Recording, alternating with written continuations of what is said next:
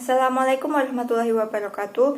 Nama saya Mikaela Faken Paramita, kelas 9A, absen 12, akan menceritakan tokoh Sunan Derajat, tokoh Wali Songo. Biografi Sunan Derajat semasa hidupnya. Poin pembahasan: keluarga, perjalanan dakwah, wafatnya, dan peninggalannya. Kita masuk ke poin pertama, keluarga Sunan Derajat. Sunan Derajat merupakan putra kedua dari Sunan Ampel. Menurut buku-buku sejarah Wali Songo, nama asli Sunan Derajat yaitu Raden Kosim. Beliau lahir sekitar tahun 1470 Masehi dan merupakan putra dari Sunan Ampel bersama Nyai Ageng Manila atau Dewi Condrawati. Sunan Derajat merupakan anak kedua dari 5 bersaudara bersama dengan Sunan Bonang, Siti Muntisiah, Nyai Ageng Maloka, dan istri dari Sunan Kalijaga. Dari silsilah Sunan Ampel, maka Sunan Derajat termasuk cucu dari Syekh Maulana Malik Ibrahim, seorang perintis dan pelopor pertama yang membawa Islam di tanah Jawa. Fakta menarik dari Sunan Derajat: mendapat gelar Raden Syarifuddin. Poin kedua, perjalanan dakwah Sunan Derajat. Perjalanan Sunan Derajat ke pesisir pantai utara Lamongan merupakan sebuah kebetulan belaka. Tadinya, ia diutus oleh sang ayah untuk menyebarkan Islam di pesisir barat Gresik. Di tempat ini, Sunan Derajat memulai jalan dakwahnya. Tak butuh waktu lama, masyarakat setempat menerimanya dengan baik. Dakwah tersebut. Jurus yang dipakai Sunan Derajat selanjutnya adalah dengan cara memperbaiki mental masyarakat setempat, yaitu dengan cara mengajari masyarakat agar bekerja keras dan saling membantu satu sama lain. Dengan mengajari masyarakat untuk saling menolong, maka akan tercipta kemakmuran dan menghilangkan kemiskinan. Jurus lain yang dipakai Sunan Derajat untuk menyebarkan dakwahnya adalah dengan menggunakan sarana seni. Salah satu jenis kesenian yang ia pilih adalah seni musik.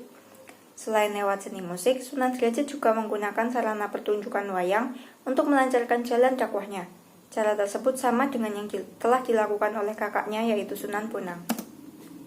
Ajaran Sunan Derajat dalam menyebarkan dakwah Islam yang dikenal oleh masyarakat sebagai Pali Pitu atau 7 dasar ajaran mencakup 7 falsafah yang dijadikan pijakan dalam kehidupan, yakni membangun resep saing sesama, jroning suka kudu eling lan waspada, laksitoning subrata tanyipta marang pringga bayaning lampah, meper hadaning pancadriya, heneng hening henung, mulya guna panca waktu, menehono teken marang wong kang wuta, menehono mangan marang wong kang luwe, menehono busana marang wong kang wudo, menehono pangiup marang wong kang kaudanan.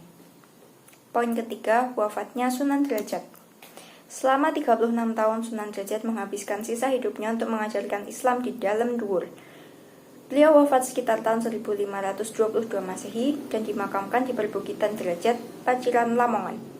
Makam beliau terletak di posisi paling tinggi dan berada di belakang. Sementara itu, dekat makam terdapat museum peninggalan Sunan Derajat, termasuk kumpulan tembang pangkur, gamelan, dan juga dawung perahu yang pernah menyelamatkannya.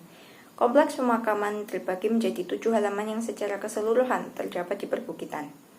Berbagai pemugaran di kompleks makam Sunan Derajat diberikan langsung oleh pemerintah setempat untuk mendukung pelestarian warisan sejarah tersebut.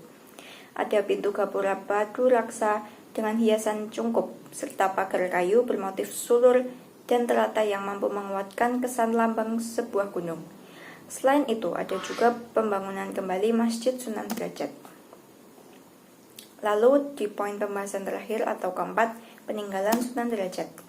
Selain melakukan pemugaran komplek makam, pemerintah setempat Kabupaten Lamongan juga mendirikan Museum Daerah Sunan Derajat untuk mengenang jasa para wali dan Sunan Derajat yang menyebarkan agama Islam di Jawa, khususnya Lamongan.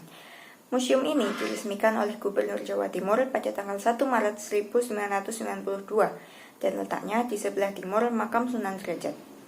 Dalam sejarahnya, para wali termasuk Sunan Derajat kerap sekali menggunakan kesenian tradisional untuk melakukan dakwahnya.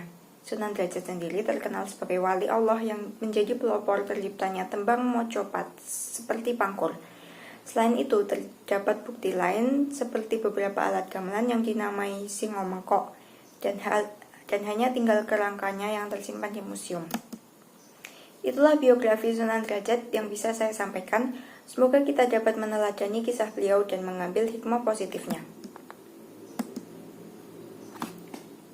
Terima kasih. Wassalamualaikum warahmatullahi wabarakatuh.